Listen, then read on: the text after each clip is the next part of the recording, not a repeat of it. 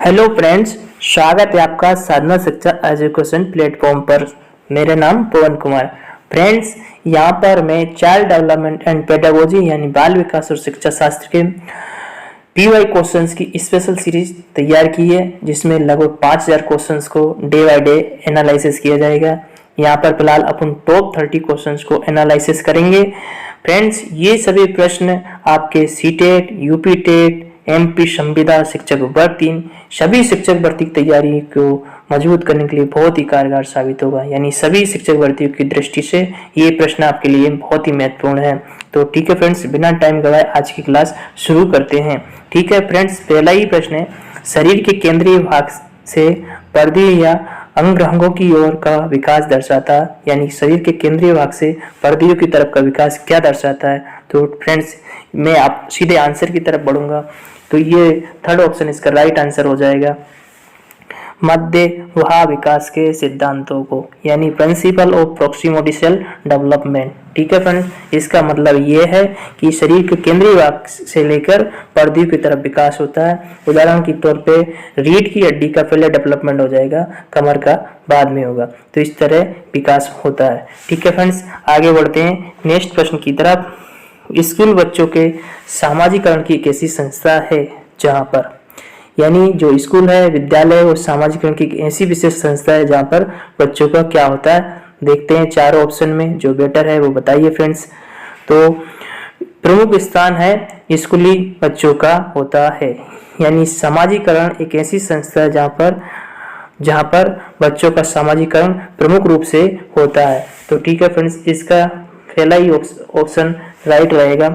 ठीक है, स्कूल क्या है? स्कूल में सामाजिकरण की एक विशेष व्यवस्था होती है। बच्चे समाज से जुड़ जाते हैं, कनेक्ट हो जाते हैं। ठीक है, अगर सामाजिकरण की अगर प्राथमिक एजेंसी की बात की जाए तो घर परिवार होता है, यानी बालक का परिवार होता है या आस पड़ोस होता है। द्वितीय एजेंसी विद्यालय होता है। तो यहाँ पर प्रश्न पूछा था कि सामाजिक ऐसी संस्था जहाँ पर प्रमुख स्थान स्कूली बच्चों का होता है, तो इसका first option is right answer हो जाएगा। ठीक है फ्रेंड्स, आगे बढ़ते तीसरे नंबर प्रश्न की तरफ। जब आप एक शिक्षक समूह से जुड़ जाते हैं और अपने समूह के अन्य लोगों की तरह पोशाक धारण करने लगते हैं तो आप प्रदर्शन कर रहे होते हैं। यानी आप एक शिक्षक समूह से जुड़ गए और उनके अनुरूपी कपड़े धारण करने लगे तो आप किसका परिचय कर रहे हैं, किस चीज का अपना इंट्रो करा रहे हैं, तो वो होगा आपका समूह की अनुरूपता। यानी आपने समूह के अनुरूप अपना एक्टिविटी करना शुरू कर दिए। ठीक है, उनकी तरह कपड़े पहनने लग गए, तो ये इसका बेटर ऑप्शन रहेगा समूह की अनुरूपता। ठीक है, fourth option is a right answer. ठीक है फ्रेंड्स, आगे बढ़ते हैं नेक्स्ट प्रश्न की तरफ। किसी वस्तु के स्थायित्व की अवधारणा प्याजे के विकास के चरण से प्राप्त हो जाता है। ठीक है, तो प्याजे के अनुसार विकास की कौन सी अवस्था में स्थायित्व की अवधारणा रहती है। देखो प्याजे को देख लीजिए। प्याजे स्विट्जरलैंड के मनोवैज्ञानिक थे। ठीक है, प्याजे स्विट्जरलैंड के मनोवैज्ञानिक थे। इन्होंने संज्ञानात्मक विकास की 4 अवस्थाएं थी जो कि बहुत ही फेमस है। ठीक है, जैसे इन्होंने पहली अवस्था सेंसरी मोटर यानी संवेदीगामक अवस्था 0 से 2 वर्ष। ठीक है, प्री ऑपरेशनल मोटर यानी पूर्व परिचालन, तो ये 2 से 7 वर्ष। ठीक है, कॉन्क्रीट ऑपरेशनल यानी मूर्त परिचालन या मूर्त परिचालन अवस्था, ये 7 से 11 वर्ष, और औपचारिक परिचालन अवस्था 11 से 15 वर्ष। तो ठीक है फ्रेंड्स, इनको इंग्लिश में एक बार देख लेना, क्योंकि इंग्लिश में नाम एक ही रहता है लेकिन हिंदी में इसका नाम थोड़ा चेंज हो के आता है, तो कहीं दिक्कत ना हो इसलिए इंग्लिश में एक बार इनको याद कर लेना। तो ठीक है फ्रेंड्स, तो प्रश्न की तरफ बढ़ते हैं। किसी वस्तु के स्थायित्व की अवधारणा प्याजे के विकास के किस चरण में होती है, तो संवेदीगामक अवस्था में ही हो जाती है। बालक संवेदीगामक अवस्था में ही हो जाती है, सेंसरी मोटर अवस्था में स्थायित्व की अवधारणा बच्चों के बालक के अंदर रहती है। बालक ठोस वस्तुओं को स्थायित्व के रूप में देखते हैं। ठीक है फ्रेंड्स, आगे बढ़ते हैं नेक्स्ट प्रश्न की तरफ। व्यक्तिगत शिक्षा कार्यक्रम की योजना के संदर्भ में बनाई जाती है, यानी व्यक्तिगत शिक्षा कार्यक्रम किस योजना के संदर्भ में बनाई जाती है, तो विशेष शिक्षा कार्यक्रम, बाल केंद्रीय शिक्षा कार्यक्रम, मुक्त विद्यालय शिक्षा कार्यक्रम, ई अधिगम शिक्षा कार्यक्रम। तो 5वें प्रश्न का होगा व्यक्तिगत शिक्षा कार्यक्रम बाल केंद्रित शिक्षा कार्यक्रम के अनुरूप बनाई जाती है। दूसरा option is a right answer. ठीक है, नेक्स्ट प्रश्न की तरफ बढ़ते हैं। महीने की आयु यानी खालिस्तान महीनों की आयु के बीच अधिकांश बच्चे शब्दों को मिलाकर छोटे छोटे वाक्यों में बोलना शुरू कर देते हैं। तो किस उम्र के बालक छोटे छोटे वाक्यों को बोलना शुरू कर देते हैं? तो ये लोग आप सभी लोग जानते हैं, 18 से 24 महीने की उम्र में बालक छोटे छोटे वाक्यों के यानी दो दो शब्दों के वाक्यों को बोलना शुरू कर देते हैं, जैसे कि जान, मामा, काका, चाचा, पापा, इस तरह के वाक्य बालक बोलना शुरू कर देता है। ठीक है फ्रेंड्स, आगे बढ़ते हैं नेक्स्ट प्रश्न की तरफ। बुद्धिलब्धि या आईक्यू की अवधारणा दी गई थी। तो बुद्धिलब्धि यानी आईक्यू की अवधारणा स्टर्न महोदय ने दी थी। ठीक है, आईक्यू की अवधारणा स्टर्न ने दी थी। ठीक है फ्रेंड्स, तो इसमें थर्ड ऑप्शन राइट आंसर हो जाएगा। ठीक है, और बुद्धि की सबसे पहले बात किसने की थी? विनय मोदी ने की थी। ठीक है, और इसका आईक्यू नापने का यानी बुद्धिलब्धि नापने का एक प्रॉपरली सूत्र किसने दिया था? तो वो टर्मन के द्वारा दिया गया था। ये स्टर्न के सूत्र को इन्होंने अपडेट करके इसको सही किया था, तो वो टर्मन के द्वारा सही किया गया था। तो ठीक है फ्रेंड्स, एक ही प्रश्न से आपके 3 प्रश्न तैयार हो गए। ठीक है फ्रेंड्स, आगे बढ़ते हैं। सृजनात्मक को यानी क्रिएटिविटी को की अवधारणा से संबंधित माना जाता है। ये क्रिएटिविटी अवधारणा को किससे संबंधित माना जाता है? बताइए फ्रेंड्स, बहुत ही अच्छा प्रश्न है ये। तो वो विविध सोच, क्रिएटिविटी क्या? डाइवर्ट थिंकिंग यानी विविध सोच पर आधारित सृजनात्मक को माना जाता है। किसी भाषा की स्वीकृति ध्वनि संयोजनों को इसके नियमों के अंतर्गत बनाया जाता है। यानी कोई भी भाषा उसकी स्वीकृति ध्वनि को संयोजन को इनके अनुसार बनाया जाता है। फ्रेंड्स देख लीजिए, 4 ऑप्शन अच्छे हैं। तो वो ये ध्वनि संबंधी नियम के अंतर्गत बनाया जाता है, यानी कि पहला ही ऑप्शन राइट आंसर हो जाएगा। ठीक है फ्रेंड्स, आगे बढ़ते हैं नेक्स्ट प्रश्न की तरफ। जब सोचने की प्रक्रिया किसी भाषा द्वारा प्रभावित होती है तो ऐसी स्थिति को क्या कहते हैं? यानी जब थिंकिंग करने की प्रक्रिया किसी भाषा से प्रभावित होती तो ऐसी स्थिति को क्या कहेंगे? क्या कहेंगे फ्रेंड्स, बताइए जल्दी से। तो वो है भाषा निर्धारित है, वो भाषा निर्धारण कर रही है उस सोच को। ठीक है, इजी प्रश्न था, यानी भाषा निर्धारित। ठीक है फ्रेंड्स, आगे बढ़ते हैं नेक्स्ट प्रश्न की तरफ।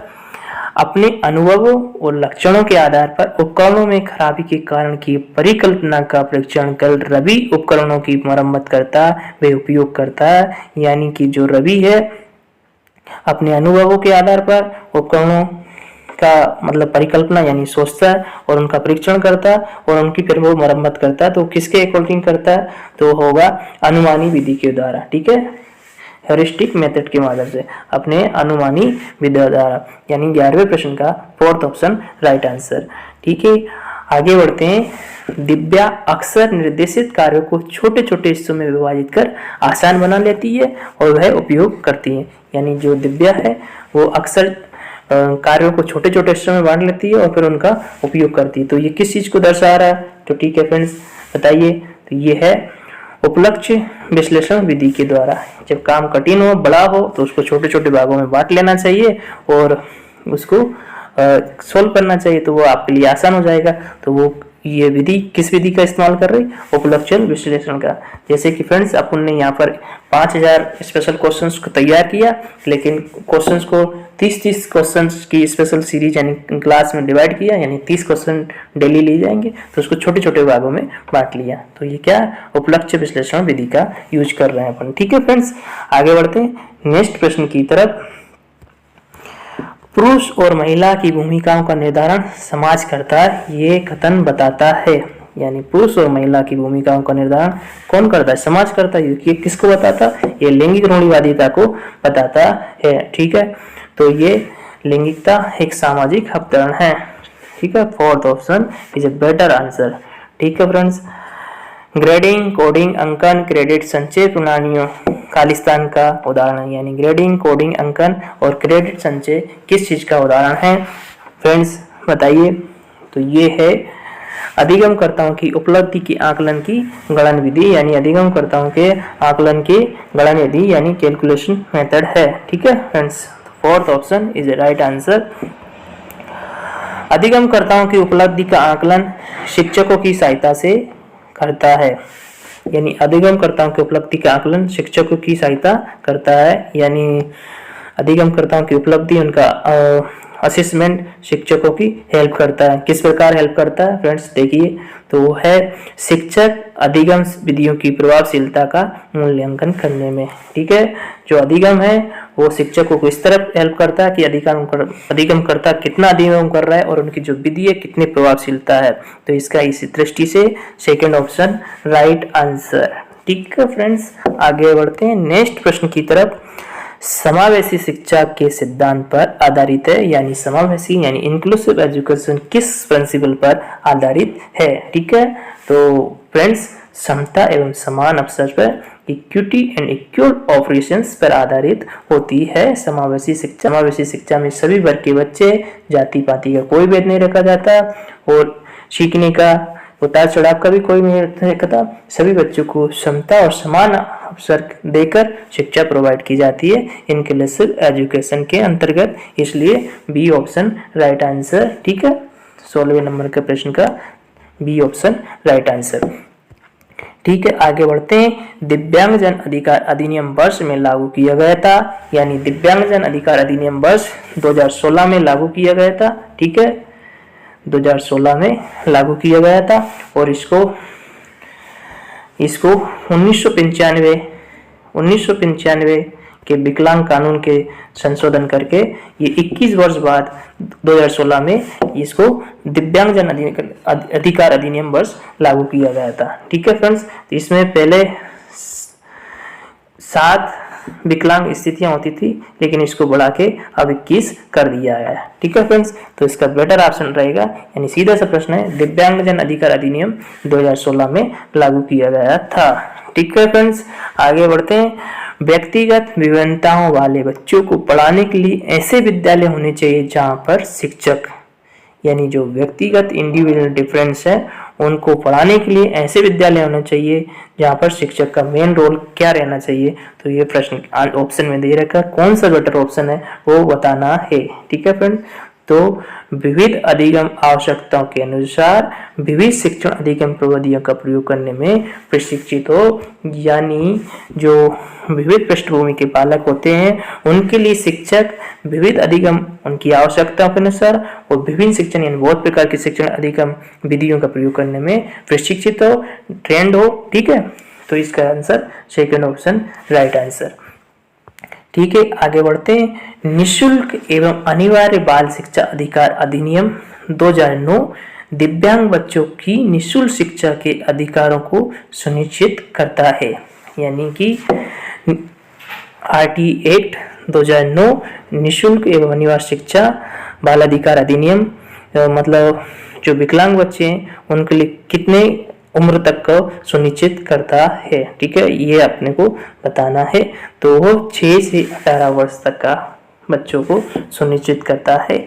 ठीक है फ्रेंड्स, मैं बात करता हूँ RT एक्ट 2009 के अकॉर्डिंग सामान्य बच्चों को 6 से 14 वर्ष तक मुफ्त शिक्षा दी जाती है, जबकि दिव्यांग अधिनियम 2016 के तहत अब RT एक्ट 2009 के द्वारा 6 से और 18 वर्ष तक के बच्चों को निःशुल्क शिक्षा दी जाती है। यहाँ पर आपके 2 प्रश्न तैयार हो जाएंगे। यानी 2009 के RT एक्ट 2009 के तहत सामान्य बच्चों को 6 से 14 वर्ष तक की मुफ्त शिक्षा दी जाती है, जबकि दिव्यांग बालकों को 6 से और 18 वर्ष तक की शिक्षा दी जाती है। तो इस हिसाब से फर्स्ट ऑप्शन राइट आंसर। ठीक है फ्रेंड्स, आगे बढ़ते हैं नेक्स्ट प्रश्न की तरफ।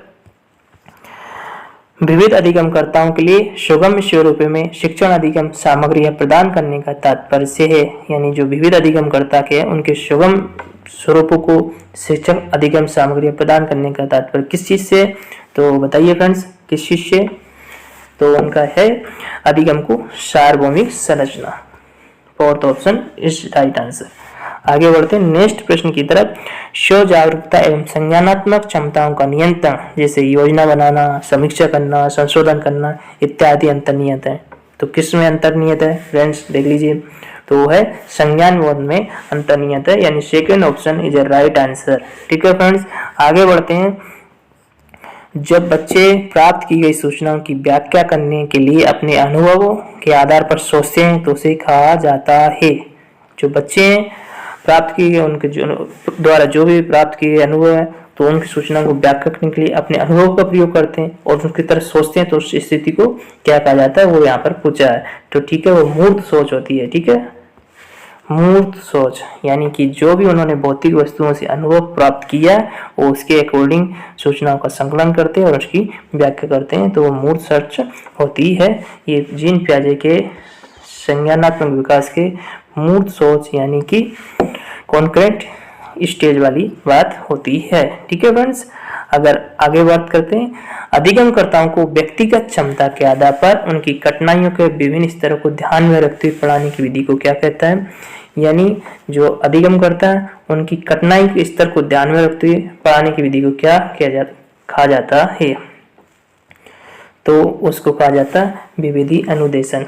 ठीक है, पहला ही ऑप्शन राइट आएगा, यानी डिफरेंशियल इंस्ट्रक्शन, यानी जो अधिगम करता है उनकी व्यक्तिगत क्षमताओं के आधार पर पढ़ाना, विभिन्न स्तर को ध्यान में रखते पढ़ाने के विविध प्रकार से उनको पढ़ाना कहलाता है। ठीक है, आगे बढ़ते हैं नेक्स्ट प्रश्न की तरफ। प्रतिपालन अधिगम की एक विशिष्ट चरण है जो अधिगम के चरण को पूर्ववर्ती है, यानी प्रतिपालन अधिगम एक विशिष्ट चरण है जो अधिगम के चरण को पूर्ववर्ती चरण होता है। तो कौन सा होगा चॉइस नंबर है इसका, तो सामान्यीकरण का पूर्ववर्ती चरण होता है, तो fourth option is right answer. जंजोग का ये मानना कि संज्ञान और भाव होते हैं। जंजोग एक मनोवैज्ञानिक है, उनके अनुसार मानना है कि संज्ञान और भाव होते हैं। तो संज्ञान और भाव क्या होते हैं, तो उनके अनुसार संज्ञान और भाव एक दूसरे से स्वतंत्र होते हैं, तो यानी second option is a right answer. आगे बढ़ते हैं। पहले से सीखे हुए कार्यों में सुधार लाने के लिए शिक्षक बच्चों को प्रदर्शन देकर सिखा रहा है, वह शिक्षण की विधि का प्रयोग कर रहा है, यानी पहले से सीखी हुई चीजों को सुधार लाने के लिए शिक्षक एक टीचर प्रदर्शन देकर वो पढ़ा रहा है, तो वो कौन सी विधि कहलाएगी। ठीक है, तो वो है प्रतिरूपण यानी मॉडलिंग के द्वारा। ठीक है, तो fourth option is the right answer. मैत्र और जेनिस के अनुसार निर्णय लेने वाले बच्चे समस्या का विश्लेषण करते हैं, विकल्पों की सूची बनाते हैं और उसके फायदे और नुकसान के प्रत्येक पहलू पर विचार करते हैं, उसका व्यवहार प्रस्तुत करता है। तो क्या आंसर रहेगा इसका, तो सेकंड रहेगा सतर्क। ठीक है, आगे बढ़ते हैं। एक समस्या सुधारक बच्चा विचार के आधार पर कथनों की सच्चाई या संभावना का मूल्यांकन करता है, यानी एक समस्या सुधारक बच्चा खालिस्तान विचार के आधार पर कथनों की सच्चाई या संभावना का मूल्यांकन यानी असेसमेंट करता है। तो किसके अकॉर्डिंग करता है, वो तार्किक विचार के आधार पर वो मूल्यांकन करता है। ठीक है फ्रेंड्स, आगे बढ़ते हैं। जिस दिए गए कार्य को करते समय बच्चे स्वयं आनंद लेते हैं वह अनुभव प्राप्त करते उसे क्या कहा जाता है, यानी दिए किसी कार्य को करते समय बच्चे स्वयं भी आनंद लेते हैं और अनुभव करते हुए इसको क्या कहा जाता है उसको, तो उसको कहा जाता उपभोक्ता प्रकार का कार्य। ठीक है, उपभोक्ता प्रकार का कार्य। आगे बढ़ते हैं।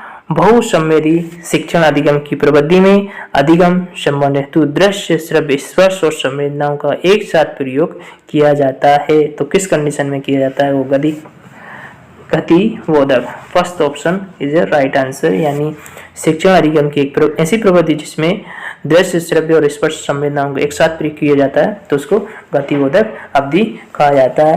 तो ठीक है फ्रेंड्स, यहाँ पर मोस्ट अपन ने 30 प्रश्न को डिस्कस किया जो कि एग्जाम की दृष्टि से बहुत ही महत्वपूर्ण है। तो फ्रेंड्स, यहाँ पर साधना शिक्षा पे आपको इसी तरह के बहुत ही महत्वपूर्ण एग्जाम की तैयारी को मजबूत करने के लिए प्रश्न मिलते रहेंगे। तो बिल्कुल साधना शिक्षा चैनल को ज्वाइन करें, लाइक करें और कमेंट करें। जहाँ आपको समझ नहीं आता कमेंट करें और इस तरह के नोट्स पाने के लिए टेलीग्राम चैनल को ज्वाइन करें। मिलते हैं नेक्स्ट वीडियो में, तब तक के लिए जय हिंद, वंदे मातरम।